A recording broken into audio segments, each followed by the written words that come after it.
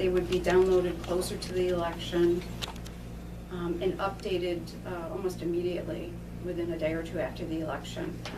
There were some concerns on security or identity theft with respect to the poll pads. I did look into that a little bit, and the vendor that actually presented these was actually a former Pennsylvania elections director, so he's familiar with how our systems work.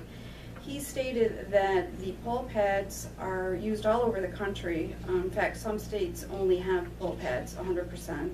There were some concerns on security or identity theft with respect to the poll pads. I did look into that a little bit, and the vendor that actually presented these was actually a former Pennsylvania elections director, so he's familiar with how our systems work. He stated that the poll pads are used all over the country. In fact, some states only have poll pads 100%. They have worked together with Apple and Apple Security to make sure that they're secure. There's no Wi-Fi turned on. They essentially are iPads. The Wi-Fi would not be turned on, so information would not be traveling over a Wi-Fi network. They could password protect them, so the poll workers alone are the only ones that could, get into the poll pads, making it more secure than the paper poll book, which are paper poll books. When printed, they print voters' name, address, date of birth, and the judges of elections pick those up the Friday before the election. So they're in possession of those books, up until the election. In addition to that, the voter registration record information is available. It's freedom of information, so it's public information. Demonstration, he offered to actually have one of their IT people here and one of the Apple reps to come in, and actually even, Jay from our IT department could come over and take a look at them. I think what it would do in the long run would save the county money, because we would no longer be printing the many poll books that we print now. The registrant would, if they chose to show their driver's license, they don't have to, but if they did, the device has a shelf, they just set it down, it pulls up their information, and they signed and they walk in and vote. If they don't want to show their license, certainly they don't, just like now. And it's very easy to locate the person in the electronic pad.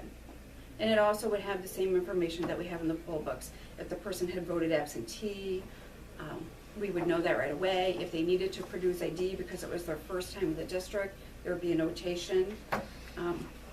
But after the election, after every election, it takes my staff probably 2 weeks or so to scan in every barcode on every page under every signature for each voter. What cost? I did not get any costs because I wanted to see if you would be interested first, and then I would look into the cost. Probably would be, how much, do you have any idea how much reluctance? I know in my district, at least, a lot of the folks at the polls are elderly. I'm not sure how attuned they are to technology and so on. I'm just curious if... They would just sign, just like they do in the book, though. It would be just like going to the grocery store and using your debit card. Okay. But if we're interested in looking at it, I could get some ballpark figures. Ballpark on the savings in the print. I'd have to do a detailed analysis. Probably, maybe I would say $1,000 we spend a year, not counting the labor, I guess, of the staff to print them and bind them, and or scanning all the signatures in the following 2 weeks after. So all three of my staff do that for 2 weeks. And is there any additional benefit to the public to be able to access information? Well, I think it would be quicker. Okay. The iPad is definitely going to bring the name up quicker than a poll worker having to thumb through all those pages. I meant the general public, if they wanted to see the results in a certain area. Oh, for sure.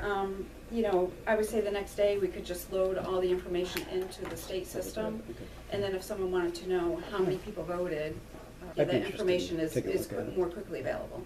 Commissioner Litz, you had some observations. Yes, I did. I actually had told Lori I'm not interested in this particular technology because of identification theft, number one, potential to request driver's licenses and people not knowing if it's law or not. It felt a little bit like voter ID. But more than that, this morning I just got a copy of the State County Commissioners Association publication. And in there, they listed a whole bunch of concerns.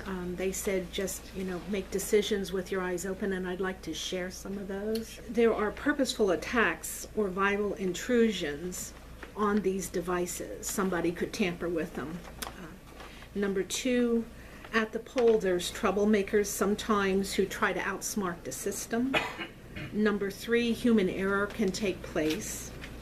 Number 4, you have to take precautions to protect your data, even though, as you say, the voter information is public. You've got social security numbers, birth dates, and driver's license numbers that you're dealing with. Then you also have the cost and also the transmission of the data from the iPads into the main system. And they're telling you that you have to be careful, again, because of somebody hacking into it. Misplaced and stolen ebooks. It's not quite the same as just printing out another poll book, but they're saying that is a concern. Security updates. This one I found interesting. iPads, Apple makes their devices to last for 2 years. After that, there's no support. Microsoft, on the other hand, or Windows, I guess would be as a 10-year because it's more of a business. So therefore, anytime you don't have the updates, it becomes more and more realistic that it's going to be hacked into, because there's no, every day they're putting in new security, and that's why you get updates on your computer. And after 2 years, apparently Apple doesn't support a lot of times these things. All that, plus the fact that I'm aware that we are out of storage space with our county computers, and so this would add additional software that would have to be incorporated. So there's many reasons, and I'm really not interested in this program at this time. I'd like to take a look at it. I could address some of your issues. Certainly, since it's new information for me, I would want to research all that and get feedback from other areas, but... I can provide you with a copy of the article. The storage space, though, I didn't anticipate storing them with the machines at all. They could be stored in our office. She means She's talking data about storage. Capacity in the Data storage. data storage. Or the software, whatever software it would take, would presumably have to go onto our system to communicate, or is it No. communicating with the No, with it's the state communicating system? directly with the shore system, the state shore system. There's no, that's not an issue. The voter database is not maintained on the county system. No. It's maintained on the Yeah, it's on the state system. Is this recommended by the state? The state, it's state approved. It's approved through the state. It's gone through the testing through the state. And yes, they do approve them. There are counties that have them. Transmission, it's going straight from the pulpit into the state system only through the county. We're not going to store even the data here, then? Right, it would be uploaded, just like when they scan the barcodes in. They're in the state system, they're scanning the code in, and it's going into the system to update your voter record that you voted. Maybe we could have a workshop on it sometime. Okay. That would be my I thought, I'd like to be aware of what's going on. Take a look. Well, and it brings up a good, our voting equipment is over 12 years old. The technology is over 12 years old. I'm not asking to vote it, but I'm thinking we should probably start thinking going forward that that's going to be maybe something that we need to discuss. Now, are there different types of machines, or would it be replacing the machines just because of their life expectancy?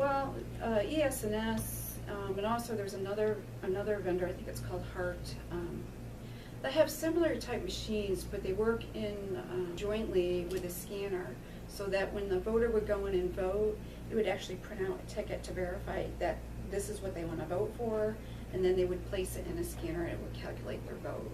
So it's a combination of the DRE and the scanner. And it's possible, we could get some buyback from our equipment into something new. Again, I haven't, looked forward into that. That would be a major expense, but it's something that probably the county should be starting to think about, since the technology is getting better. Well, I understand Commissioner Litz's concerns, but I think probably we don't really know enough about this, so I would agree with Commissioner Phillips that, we probably should at least take a look at it, have Do a a workshop workshop. session. Yeah.